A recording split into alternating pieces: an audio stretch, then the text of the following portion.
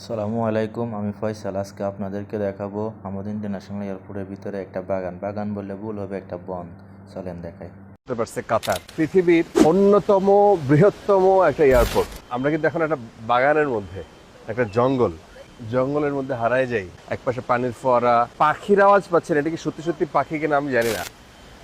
এটি হচ্ছে Hamad international airport, পৃথিবীর অন্যতম বৃহত্তম একটা এয়ারপোর্ট। 2014 সালে আনুষ্ঠানিকভাবে এর উদ্বোধন হয়। এই জন্য এখানে এর মধ্যে একটা জঙ্গল, বোঝার কোনো উপায় নাই যে এটা এয়ারপোর্ট, তাই না?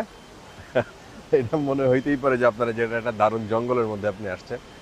একপাশে পানির ফোয়ারা, পাখির আওয়াজ পাচ্ছেন। এটা কি সত্যি সত্যি পাখি কিনা আমি জানি না, আই এম নট শিওর। এটা মনে হচ্ছে যে পাখি, প্রজাপতি দেখা যাচ্ছে।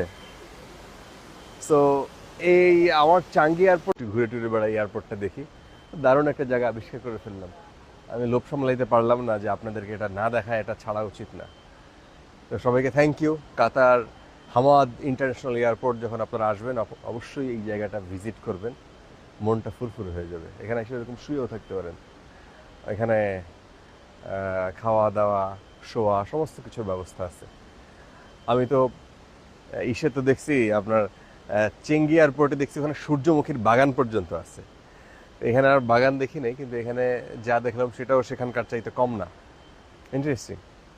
ওই যে ওই পাশটা দেখান, ওই পাশটাও মানুষ বসে পার্কের মতো প্রেম করতেছে, তাইলে ঘুরে বেড়াচ্ছে। একটা রিল্যাক্সের জায়গা। শোনেন,